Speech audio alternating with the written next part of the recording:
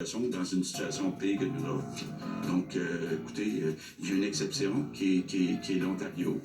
Je n'ai pas trouvé jusqu'à présent un expert qui est capable de me donner la recette, mais on la cherche. Cela fait plusieurs jours que François Legault nous renvoie à d'autres endroits aussi pires ou pires que le Québec pour expliquer que la deuxième vague frappe plus fort ici qu'ailleurs au pays. Est-ce que c'est justifié? Quel message veut envoyer le Premier ministre? Hélène, François, Michel, bonsoir à vous trois. Bonsoir. Bonsoir. Bonsoir. Michel, on comprend qu'il n'y a pas de réponse simple pour expliquer pourquoi ça frappe plus fort ici qu'ailleurs au pays. Mais qu'est-ce que ça nous dit, cette comparaison que répète François Legault depuis plusieurs jours, d'après vous? Donc, vous savez, il y a un terme qui dit une mauvaise raison est mieux que pas de raison du tout. Alors, on pourrait dire la même chose des arguments. Un mauvais argument est meilleur que pas d'argument du tout. Mais la comparaison avec les États-Unis ne tient pas du tout. D'abord, M. Legault nous parle toujours des villes, des grandes villes américaines. Il ne parle jamais des États, ou rarement. Alors, on l'a vu dans le reportage, le Québec fait pire que tous les États américains. C'est pas compliqué.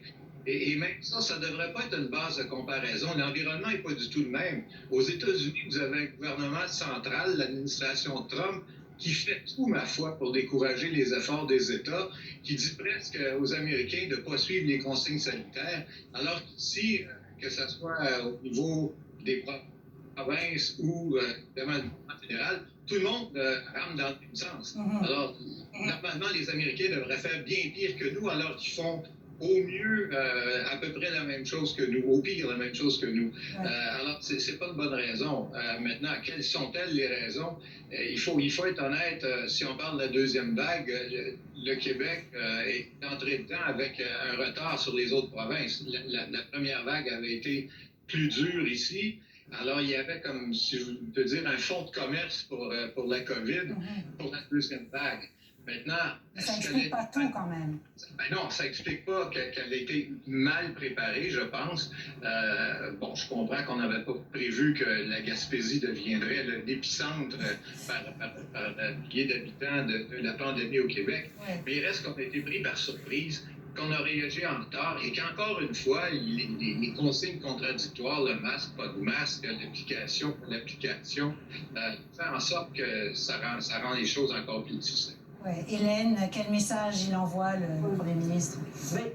Ben, écoutez, c'est sûr qu'il veut s'éviter des critiques, donc il va à l'avant des critiques, mais je pense que les règles n'expliquent pas tout. Vous l'avez dit en début de bulletin, on regarde dans l'Ontario, qui est une plus grosse population et qui est le deuxième foyer en importance, et pourtant ils ont beaucoup moins de cas. Ils ont des règles, pour la plupart, qui sont plus permissives que celles du Québec. Par exemple, sur les rassemblements au Québec, c'est 6 personnes. Jusqu'à vendredi dernier, en Ontario, c'était 10. Dans les zones rouges au Québec, les bars et les restaurants sont fermés. En Ontario, ils sont encore ouverts. On peut accueillir jusqu'à 100 personnes. Les gyms au Québec, ils sont ouverts. En Ontario, ils sont fermés au Québec et ils sont ouverts en Ontario. En fait, la grosse différence que je peux voir, c'est dans les écoles. Oui, l'école a commencé plus tard en Ontario, mais surtout pour tous les élèves du secondaire, depuis la rentrée, c'est une journée sur 2 seulement que l'on est en présentiel et on doit porter le masque toute la journée. Alors, est-ce que le réseau de l'éducation à lui seul explique tout? Moi, je ne suis pas certaine. Je pense qu'au-delà des règles, il y a aussi le respect des règles. Et là-dessus, je crois que M. Dubé a quand même en partie raison. On a notre petit côté latin, où on aime se coller davantage, on se fait la bise, mais aussi, surtout, notre petit côté mutin. On ne respecte pas nécessairement autant les règles. Par exemple, sur les routes, c'est connu que les automobilistes québécois sont beaucoup plus indisciplinés que ceux du reste du Canada. On a plus de manifestations anti-masques, etc. Donc, je pense qu'au-delà de tous les messages, toutes les règles que le gouvernement du Québec peut mettre en place, il y a le fait que dans l'intimité de leur foyer, peut-être que les Québécois les respectent moins et ça explique peut-être en partie ce à quoi on assiste aujourd'hui. Ouais, est-ce que vous êtes d'accord avec ça, François? Est-ce que c'est notre côté latin, c'est culturel, non? Parce que quand même, durant la première vague, les Québécois se sont pliés à toutes les restrictions qu'on leur a posées. Oui, je pense plus à la thèse culturelle parallèle qu'à celle des écoles, par exemple, parce que les écoles ont beau avoir été ouvertes entièrement au Québec, les éclosions ont toujours été très petites. C'est la COVID qui est rentrée à l'école et c'était une allumette et non pas un incendie à chaque fois. Donc, c'est pas comme si ces élèves-là, ensuite, avaient transmis la COVID un peu partout autour d'eux. Donc, je pense qu'il y a davantage, du point de vue culturel, une question à creuser. Je me rappelle d'un sondage qui a été fait par Léger au début de la rentrée où on demandait aux anglophones et aux francophones, aux Québécois, aux Canadiens, est-ce que vous avez peur d'attraper la COVID? 67% des Canadiens anglophones disaient oui, mais à peine 47% des Québécois francophones. Et donc, vous avez peut-être là une explication, c'est multifactoriel, M. Arruda a raison, mais une explication peut-être d'un manque de vigilance après une première vague qui a frappé si fort, si bien qu'on en est aujourd'hui dans une situation qui est pire que celle de l'Ontario. Oui, on sent l'impatience du de François Legault et la pression qui monte sur le gouvernement avec ça, Michel. Oui, de toute évidence. D'ailleurs, on le voit là, depuis une semaine, M. Legault devient de plus en plus impatient. Le docteur Arruda devient de plus en plus mélangé. Et forcément, l'opposition se rend compte. C'est peut-être la première fois, Céline, depuis l'élection du 1er octobre 2018 où l'opposition flaire le sang, si je peux dire.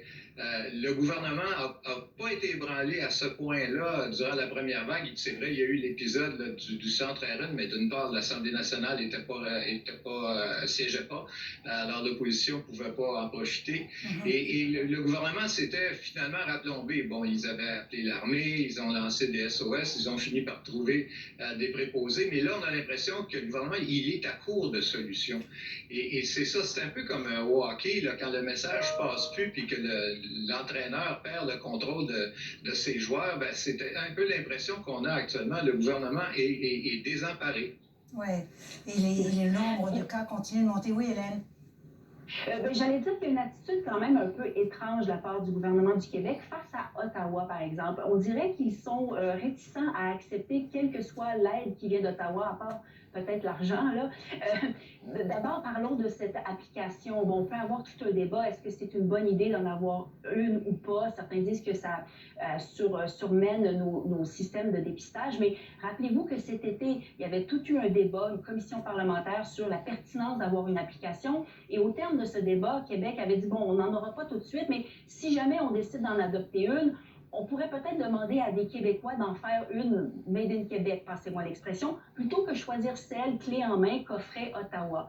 Et là, on a un autre exemple de ça. On nous apprend que Ottawa a mis à la disposition des provinces des téléphonistes de Statistique Canada qui sont capables de faire jusqu'à 20 000 appels par jour pour retracer des contacts. Or, ces téléphonistes n'en font que 14 000, dont seulement 1 000 au Québec, parce qu'il n'y a pas plus de demandes. Et au même moment, Québec nous dit, on essaie de recruter sur notre plateforme Je bénévole ou Je contribue, on essaie de recruter des bénévoles. Alors pourquoi aller chercher des bénévoles alors qu'on a sur un plateau d'argent des gens qui savent déjà faire ça, qui sont équipés, qui ont tout ce qu'il faut pour le faire? Donc, il semble y avoir une espèce de crainte ou de méfiance de Québec envers Ottawa, et je ne suis pas certaine que ce soit très productif dans le contexte. Oui. François, vous la voyez, vous la sentez aussi, cette impatience du gouvernement quand même qui monte, cette frustration peut-être? Oui, on sent que M.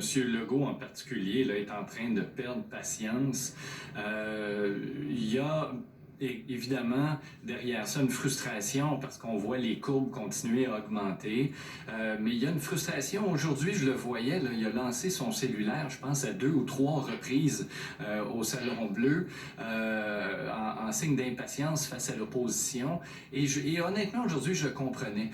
J'ai trouvé que les partis d'opposition à Québec, particulièrement Québec solidaire, mais aussi le Parti québécois, jouent un drôle de jeu avec l'application de traçage du fédéral, où on demande des questions, on est là, on ne veut pas nécessairement appuyer l'appel de François Legault aux Québécois pour la télécharger, et donc on mine le message du Québec au moment où ce serait très important.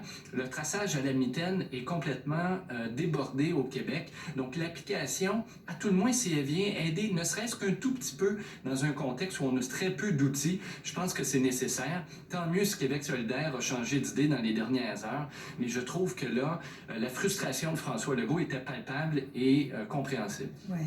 Et sans cette application, ça devient difficile, mais il faut que beaucoup de gens y adhèrent, donc c'est ça qui rend la chose plus complexe. Alors, on fait une courte pause et au retour, on parle des nouveaux chefs pour le parti, nouvelle chef pour le Parti vert du Canada et un nouveau chef demain pour le Parti québécois. À tout de suite.